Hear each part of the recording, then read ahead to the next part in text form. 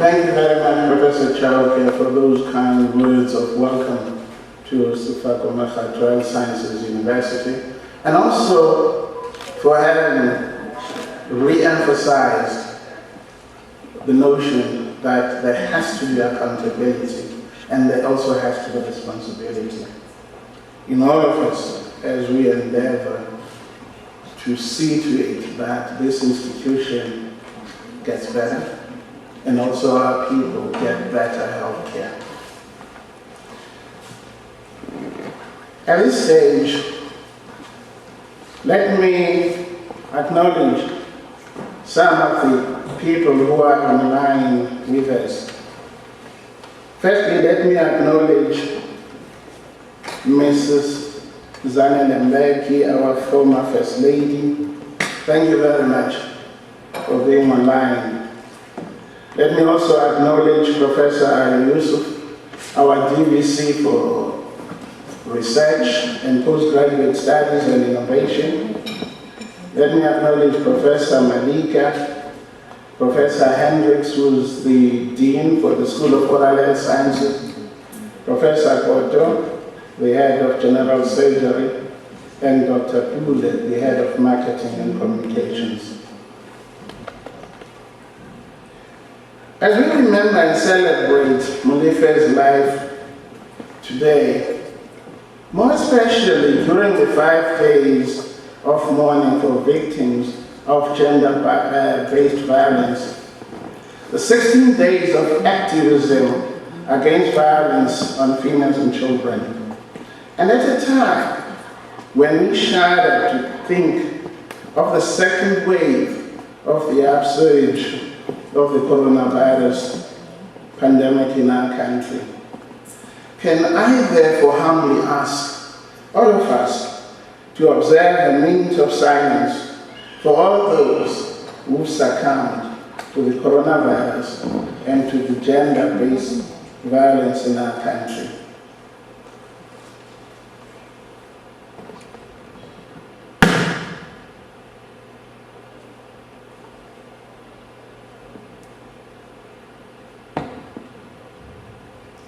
Thank you very much. Now can I ask a representative of Dr. Molefi Scilab Foundation to come and tell us what the purpose is for today.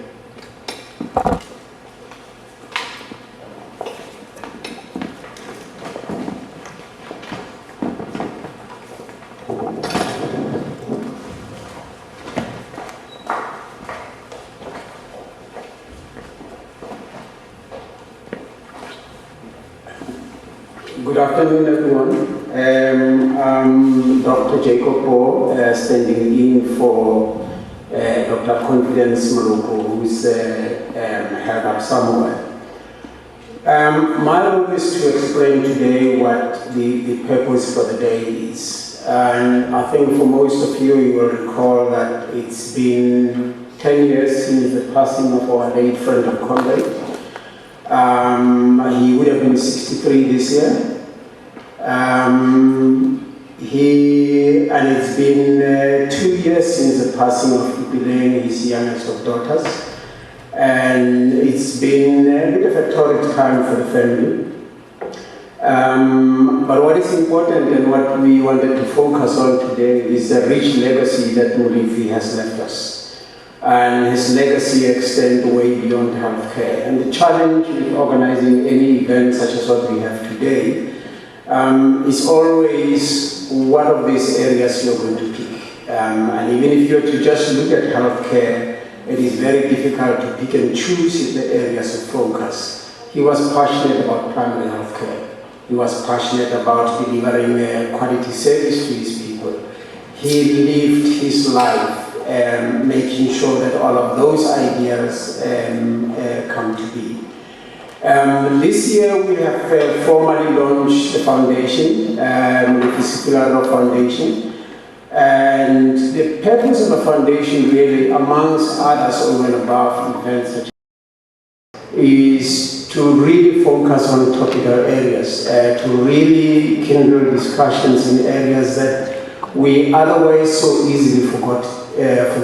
And I think the example of what we've seen just this year with COVID is that it is very easy to defocus from everything else that we're supposed to focus on and start focusing on the current and the burning issue that is in front of us. And so the foundation hopes to, in time, establish chair of research, maybe in one institution, maybe in two institutions, and whose focus will be on these topical issues that should not be forgotten. The choice of this year's topic, and that is regional health systems integration, really comes about from the everyday frustration that the clinician face. At the core phase, the issues are, I'm seeing so many patients from country A or country B, and who's paying for the services. The issues are the failure of the healthcare system in country A and country B results in unintended consequences that we see here in our area. But also from other countries, the issue is that you have a country that is busy sucking our healthcare resources. Our healthcare workers are going down south, leaving us absolutely with nothing. And I think for us, the issue was that there is a context from where we come from. There's a particular context within which we need to look at these issues. One, there's a broader story about what we people of the broader South within SADC come from, about the common struggles that we have waged, about the challenges that our economies go through, and whatever else that we do within healthcare has got to be articulated within that broad framework. The second part about it is a challenge in the direction in which our healthcare system is going. What do we intend to achieve? Are there those areas where we could be complementary in terms of the services that we provide? Is it possible, even in areas where we're dependent on donor funding, is it possible to make sure that we don't duplicate, or particularly on systems, particularly on development of human resource? Is there any better way to collaborate? Now, the way in which we looked at it is that there are quite clearly bigger political issues within SADC. There are quite clearly bigger political issues around how you fund healthcare service, but there are smaller issues that are achievable that is within the realm of the healthcare administrator. What is the structure of the clinical record that I would want to see from county A to county B? And if we are to integrate our system, what does it mean? Can I consume the information that comes from country A in order to make genuine, intelligent clinical judgment as to what I need to do about the patient? So the whole idea about it was to try and look at it from that perspective. Now, if you look at the speakers that we want out to invite, the idea was that this is not just about healthcare. There are broader geopolitical issues that are involved. And hence we went for the speakers such as the former Deputy President, Scilab Foundation. And over and above that, we say from a healthcare perspective, locally at home, we've got healthcare leadership that is involved in this thing, that is aware of the shortcomings and the successes that we are currently having. And the whole idea was that we invite the Minister, Dr. Molefi. From a broader sense, the other issue was that, again, looking at the broader geopolitical issues, but looking at the health issues as well, is that we needed to get a perspective that is other than SA. A perspective that would be just as critical on SA as it would be critical on any other country within our SADC region. And so the idea was that Professor Ivo Mondaza's name came up and was invited. So the lineup was really based on that, to say, how do we start a conversation that we can build on going forward? How do we make sure that this conversation is sustainable? And is it possible that through chair in one research institution going forward can take this discussion going forward? Now, as things would turn out, given the sort of people that we have invited, our success has caught up with us. Former President Scilab has been posted to Ethiopia on a peacekeeping mission and cannot be with us today. but he will be represented and his speech will be read by Comrade Dr. Gwen Ramahopa, very able and knowledgeable in this area, number one, politically from where she comes from, but also having being a leader in the healthcare sector herself. As regards the Minister, Comrade Zweli Mkhize, we know the challenges that are happening in Eastern Cape and he's caught up there. And he has duly sent our Comrade Deputy Minister, Joe Patha, to represent him in this regard. So on both occasions, we still have very eminent, very powerful, very knowledgeable people on the subjects in which we are talking about, both at a high geopolitical level, but also at the smallest detail that talks to the caregiver, the physicians.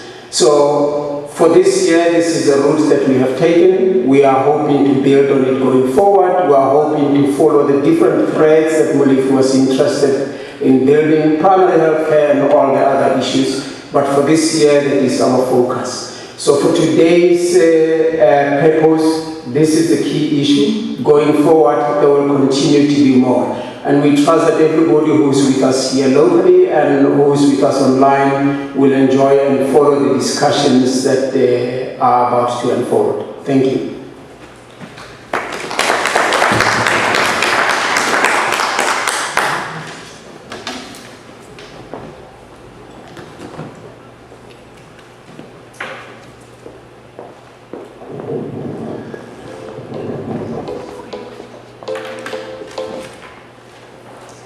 Thank you very much, Ndebekwa, for giving us light as to why we're here today, and also for educating us as to why today the topic of regional health systems integration was chosen and its relevance. Before I call on the next speaker, allow me to give you some quotes from the first president of this country, Obaba Nelson Mandela. This is what he had to say. I quote, "When you're on top, be careful of the monster called pride. Pride will make you to look down on the people who have not attained your level of success. And when you're at the bottom, be careful of the monster called bitterness. Bitterness will make you jealous and think that other people are the reason you have not made it to the top. But when you're on your way now to the top, be careful of the monster called greed.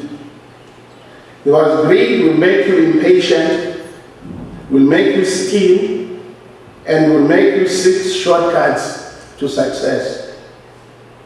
And when you're on the way down, be careful of the monster called despair.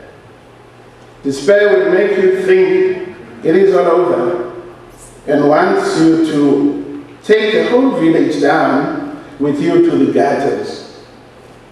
For yesterday's happenings give you experience, and today's experience gives you wisdom, and today's wisdom prepares you for tomorrow's challenges. But remember, above all, there is still hope." Close quote. We now have Professor Kibu Mukwena, who is representing Sefularo Health Sciences University. A short resume of Professor Kibu Mukwena reads as follows. She grew up in Dawsonville in Soweto, did her primary training in physiotherapy. She obtained Masters in Public Health and got a scholarship to the University of South Carolina in the United States of America, where she obtained a doctorate in public health, and her interest being in social and behavioral health sciences. She is currently, from the year 2018, the NRF Saki Chair in substance abuse and population mental health. Over to you, Professor Mugwen.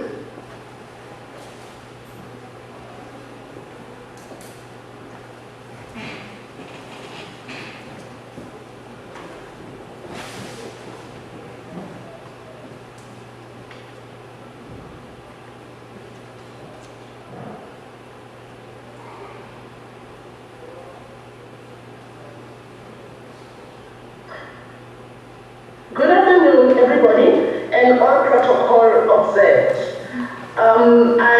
It is an honor for me to participate in this prestigious lecture of a very prominent South African.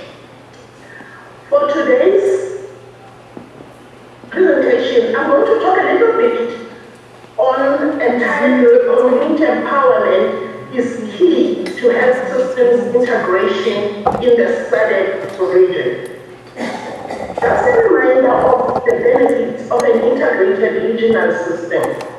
It provides continuum of care, it enables continuum of care for patients within the country, but also in the regional health system. If we integrate our regional healthcare system, we'll be able to share some resources by avoiding some duplication of services. We will therefore achieve well-funded specialist services and also achieve purposeful and efficient pooling of resources. Lastly, the benefit is that we will increase our chance for positive health outcomes, which is the whole purpose of healthcare system. And when we want to talk about community empowerment, communities have resources that are often not utilized. It is very clear, we acknowledge that communities can be very useful partners in offering of their own healthcare.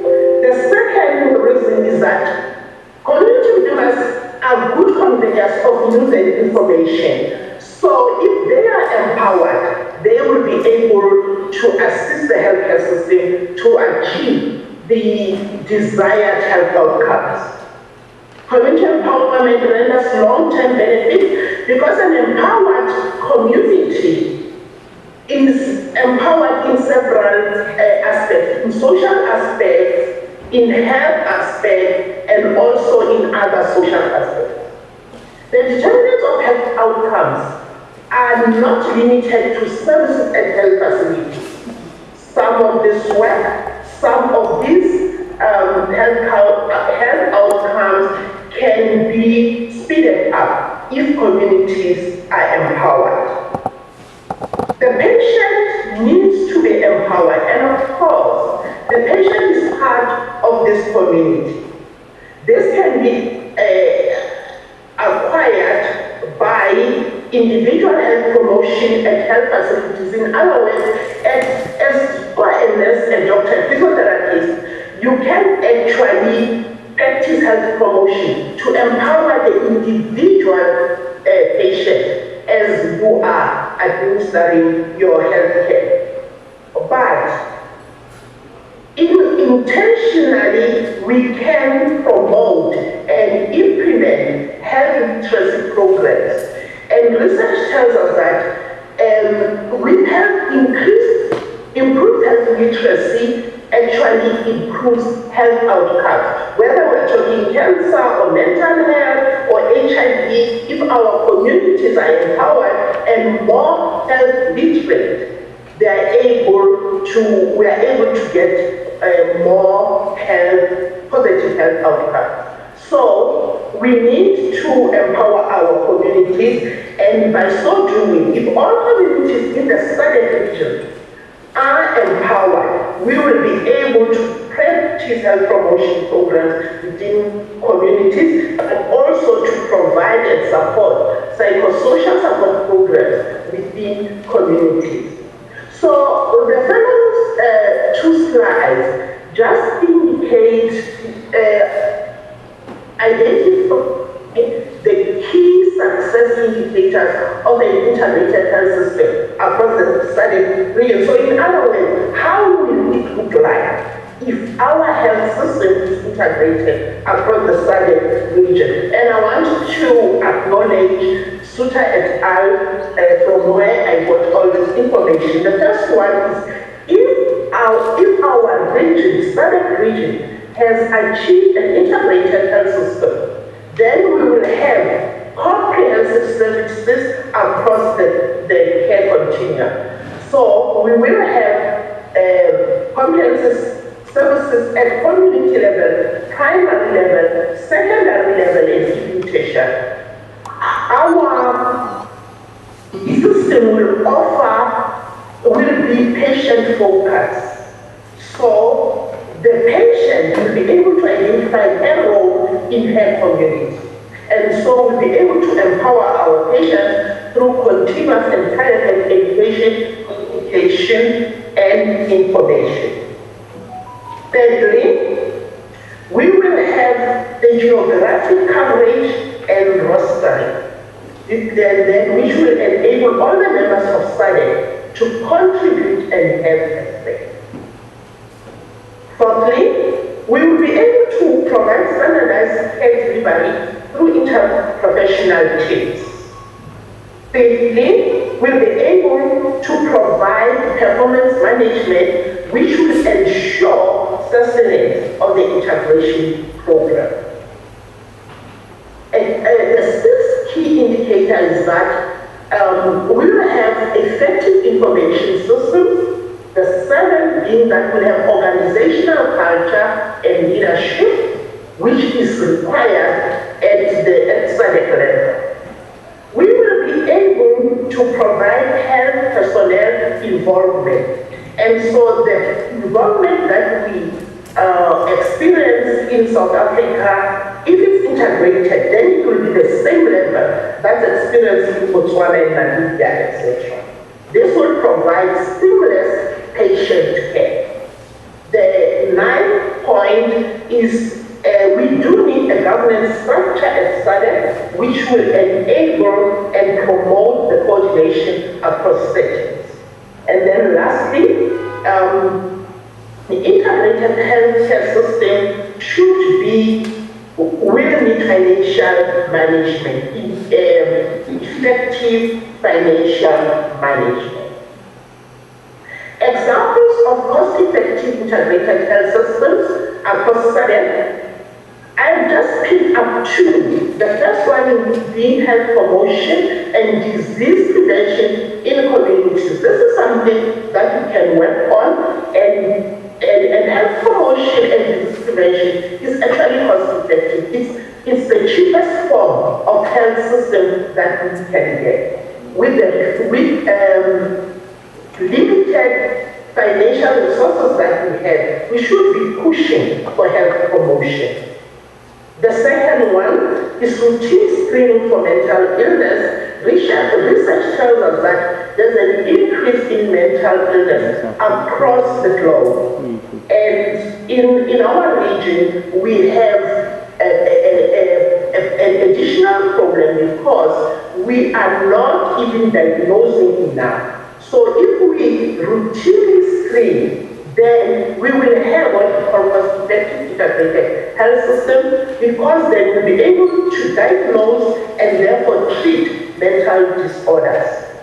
And if we routinely screen for mental illness, we will be able to assist to determine the burden of mental illness, because as it is, we don't even know the burden of mental illness. We know it is there, we know it is high, but we don't know the burden. We can't even estimate the burden. Therefore, with this screening, we'll be able to make the required long-term provisions. After saying that, my plea to all of us this afternoon is that in memory of Dr. Sefularo, let us support the ideals he stood for by making concerted efforts to develop and implement a well-run regional integrated health system, which starts at community level. Thank you very much.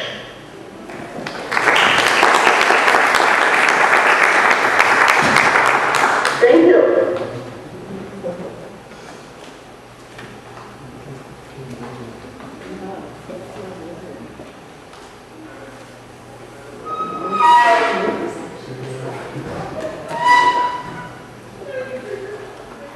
Thank you very much, Professor Kibu Mukwena, for those kind and encouraging words, telling us which way we can do to try and have a successful integrated health system in our country. Before I introduce the next speaker on the program, I just thought of some few things that we need, and I hope our next speaker is going to address. One of them stems from the 2010 meeting. A 2010 meeting where a group of cardiologists and some scientists met at the Drakensberg. And they were looking at rheumatic fever in this country and said, learning lessons from some of the South American countries. Rheumatic fever has been eradicated. You can't hear, you are mute. No, okay. Thank you. No, I didn't.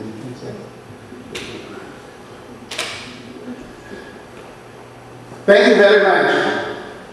It wasn't my fault, but let's move on.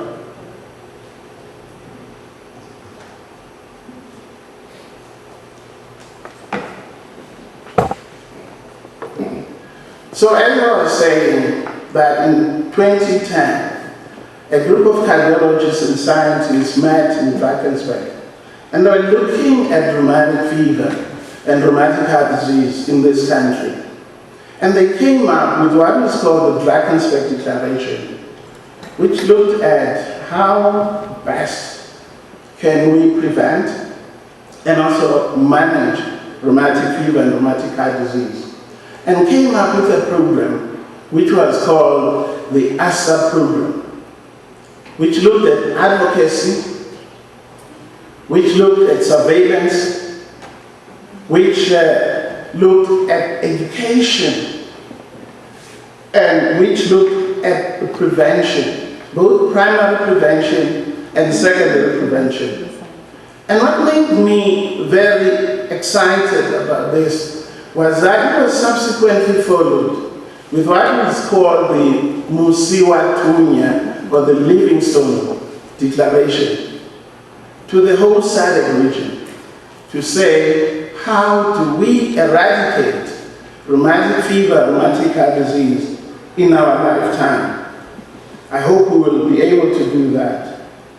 Allow me, therefore, friends, colleagues, comrades, and compatriots, to introduce the next speaker,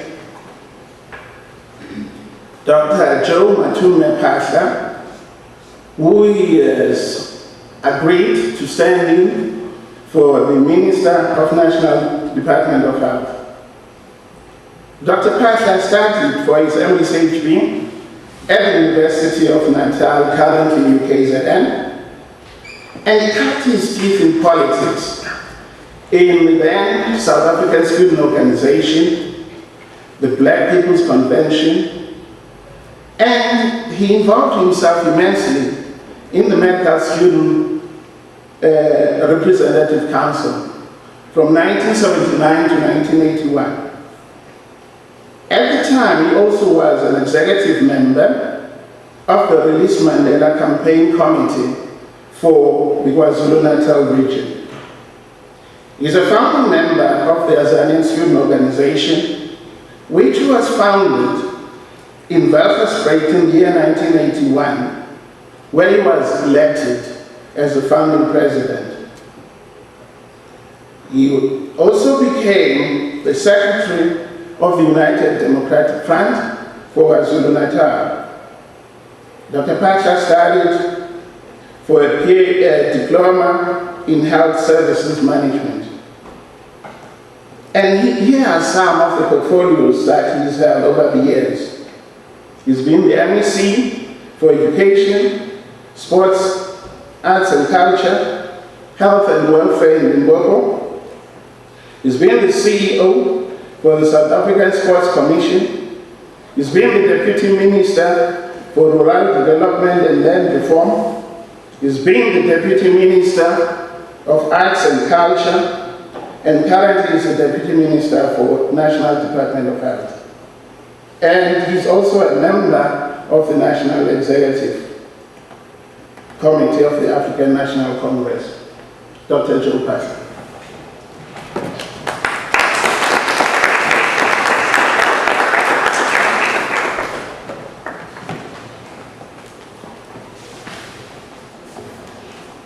Thanks, Program Director, Prof. Mtha. I assume that I am not muted because this technology is testing us. You must always check. I've seen many times, because these days we live on Zoom and Teams and all those things, and Skype. How often you see somebody's lips moving. Those of you who are in the attendance cannot hear anything. So thank you very much. Let me thank the family of Comrade Molefi Sefularo for the invitation to the ministry. As already indicated, my colleague Minister Mkhize was unable to make it, and he requested me to stand in, which I gladly accepted. Let me thank the family for really making sure that the legacy of our comrade Molefi lives on, and in this case single out his wife, Komuto, for indeed very committed efforts, as already indicated. This is 10 years since our comrade untimely departure, and we're very pleased to know that the foundation is firmly on the ground, having been even formally registered, and is now operational and has got big plans for the future. Comrade Molefi was, to me, not just a colleague in Parliament when he passed on, and also in the government where we were serving together, but he was also a comrade and friend over many years. Although I only came to know much later that we also shared the same month of birth and the year. So there was quite a lot which brought us together. Indeed, a very committed, disciplined cadre who was always prepared to go an extra mile. I remember a few years before his passing, it might have been about 2 years or so before, when he was in Parliament after being redeployed from the Northwest into the National Assembly. And one of our veterans who comes from the same area with me, who also passed away some years ago, Tate Pala, Comrade Pala, was one of our veterans, was not well. They were serving together in the National Parliament. At that stage, I was in the administration in the sport arena, and he called me one of the afternoons and said, "Hey, comrade, I'm in your village. I've just seen a board which says Kapasha. I assume this must be your village. I've just been to see the old man at the Pala." So I jokingly said to him, "Look, you are in big trouble. You can't go to Kapasha without my permission. I'm going to inform the chief of the village that you pass there without proper notice. And we may have to enjoy a cow from you, which we will slaughter and invite you to come and share the meat." And this is almost 200 kilometers away. And he had just, and then he explained to me that Comrade Pala has been away from Parliament for quite some time. So he decided that he must go and just go and check on him. And about a year or so later, my mother passed away, and without any notice, without even calling me, when we were busy, moving, going to the church, I suddenly bumped against Comrade Molefi, and he said, "Look, I have to come because this is the lady who brought you to this world." And that was the nature of Comrade Molefi. When we started as MECs together in 1994, together with Comrade Zweli Mkhize, in the first group of health MECs, we shared a lot of information, a lot of experiences. This was very trying times, starting to establish a new administration, and myself and him, and also Comrade Zweli shared the frustration of putting together different administrations, both of us taking the Transvaal administration and the homelands here in Bophuthatswana to deal with.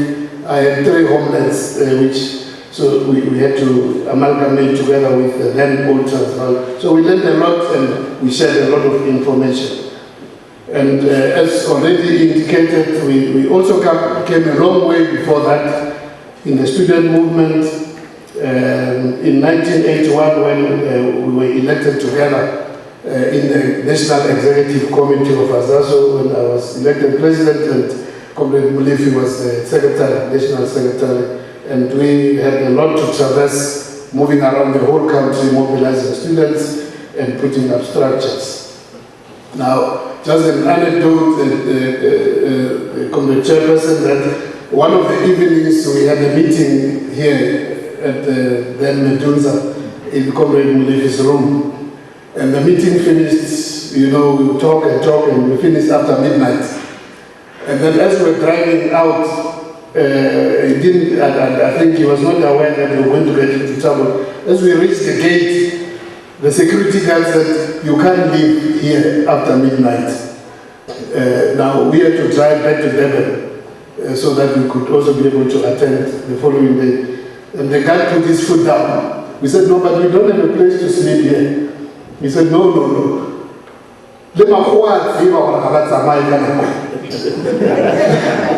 Even the white man knows that beyond this time you don't get out of the gate. So we had to use our very negotiation skills and backed him, and ultimately he opened the gate for us to leave.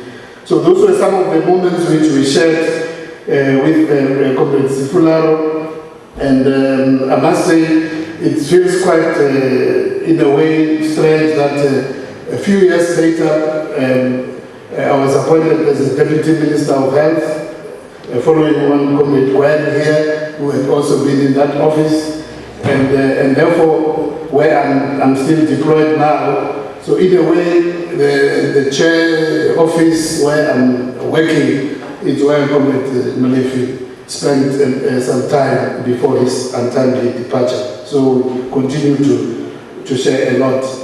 Now let me thank you also, the organizers, for the interesting topic of regional integration in the light of the COVID epidemic.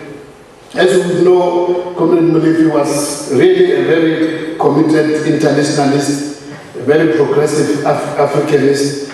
So this topic is indeed very fitting because his focus was never just local, but broader, national, international, and in African continent.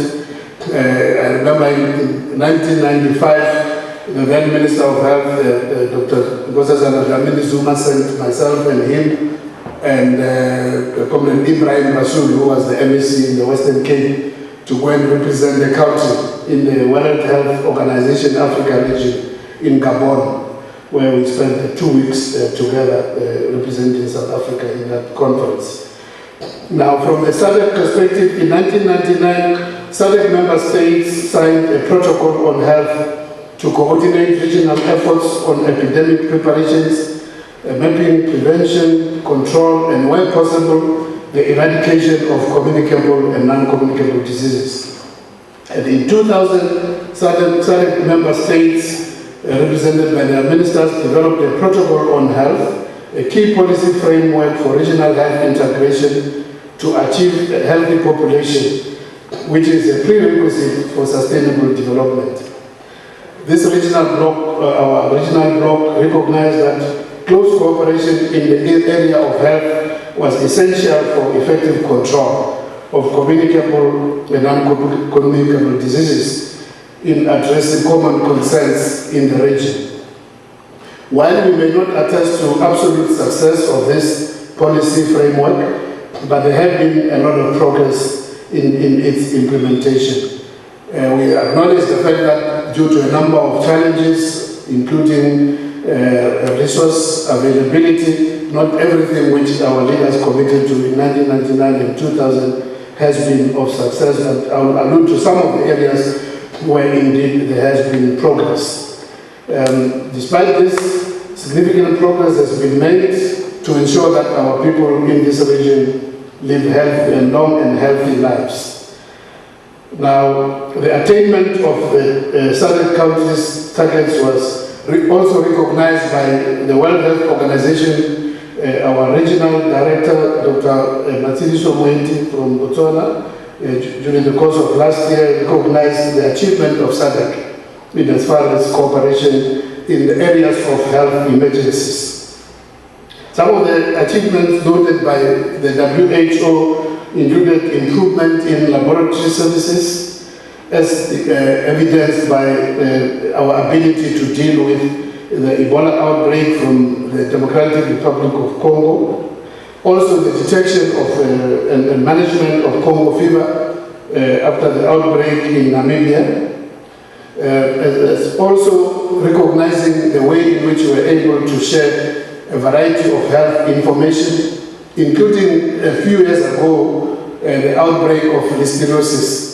Remember the listeriosis, you might have forgotten that there was a disease from the polony called listeriosis, which disrupted our lives quite a lot, and we shared all this information also in the region. Also with regards to universal health coverage, the WHO also recognizes the progress in SADC, which showed that SADC overall as a region had a 53% coverage as compared to the continent's 46% coverage, although still far from what we really desire. There's a wide variation in the countries, ranging from between 40 and 71%, but this is what is there on average. Just to touch on other areas where there's been progress, South Africa has contributed to promoting regional health through regional policy and cross-border healthcare initiatives, including the SADC HIV and AIDS cross-border initiative, the malaria elimination, resulting in a body of elimination aid, which includes South Africa, which targets is to eliminate malaria completely, and also other smaller sub-regional structures, including Mozambique, South Africa, and Swaziland, called MOSAWA, but also in the area of managing tuberculosis and dealing with the after effect of TB in the mines. In this case, our Medical Bureau of Occupational Disease and the Compensation Commissioner for Occupational Disease provide medical assessment for former mine workers with occupational lung disease such as silicosis and TB, and also ensures payments of compensation to these former mine workers. These bodies, MPOD and CSOD, work very closely with the TB in mining sector projects and government agencies in the neighboring countries, such as Botswana, Lesotho, and Swaziland. Over the last period, between 2016 and 2020, the fund has paid well over 13,000 former mine workers, accounting to up to over 330 million rand to mine workers outside the Republic of South Africa. Inside South Africa, just under 20,000 mine workers were actually compensated. So a lot actually has been happening in the area of integration to make sure that indeed both restoring some of the historical damage through labor sending from the neighboring countries, resulting in silicosis and also TB from those mine workers, making sure that they can actually be compensated. It could have simply left to only compensate South Africans, but in order to really realize the reparation properly, we made sure that this fund also compensates our neighboring countries, their families, and those who are still surviving. In the area of COVID-19, the COVID-19 pandemic, as you know, is straining Africa's health systems, its education, aviation, and other economic activities. Beyond the direct human consequences which the COVID-19 has caused, there is strong adverse effect which will linger for a very long time to come, especially in the economies of our continent. With just under 5% of globally confirmed cases of COVID-19 in the continent, on the surface it may appear that Africa should not be suffering a lot from this because of the relatively small number. But we know that lives of millions of South Africans with this disproportionate impact on the poor and underserved communities. SADC has stepped up efforts to address the impact of COVID-19 on member states' health delivery system, the business environment, and to mitigate the impact on their economies and socio-economic environments. SADC has just like SADC countries, like other countries, have hastened to reinforce measures to contain the spread of the disease in the context of a very fragile health systems in our region. Disruptions to cross-border trade present significant challenges for our fight in the continent against COVID-19 and risk holding back the region and the continent's progress towards attainment of the SDG goals. So we do recognize as a region that indeed this virus has had major impact. But in terms of progress which has been made in terms of integration, our integration approach has been guided by the continental approach through the AU, led by our own president, who is the second chair of the African Union, working together with the AU Commission, but also working with the Africa Center for Disease Control, the WHO regional office in the Congo Republic, and also various meetings have been held under the auspices of SADC, heads of state meetings also chaired by our president. One of those which I also participated in, where both our Minister of Culture and Minister of Health made presentations to the heads of state of SADC in the ways in which we can integrate our approach. Now, as we know, this virus spreads through human movement. So also ministers responsible for transport and migration also have their own forums where they meet to coordinate the issues of cross-border traveling, sharing of information. And early in the epidemic in our region, when some of the neighboring countries did not have laboratory facilities, because as you know, this virus is new. Some of our neighboring countries relied on the National Institute for Communicable Disease here in South Africa to do their testing. So we shared a lot of facilities, and subsequently some of them have developed their own capacities. So we also share a lot of data, because again, without knowing what's happening across, there is no way in which we can manage to be able to control these diseases. Also with scarce commodities such as the test kits, PPEs, we share a lot in terms of access to this, in terms of being able to purchase them. And also, especially in the earlier hard lockdown, where there were also limited flights to can bring cargo into the neighboring countries, which, as you know, in terms of logistics, many of them depend on OR travel, both for human traveling, but also for cargo. So we had to do a lot of integration to make sure that we can all be safer.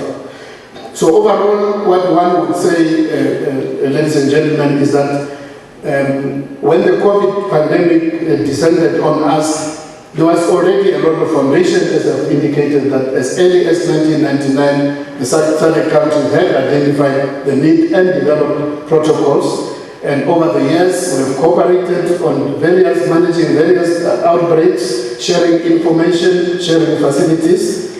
And therefore, we believe that the descending of COVID on us has just strengthened that level of cooperation. And one therefore would want to say that as we remember our good comrade, our committed soldier, Comrade Molefi Sefularo, it is incumbent on us to strengthen this already existing regional cooperation and make sure that in future when other challenges do descend on SADC region,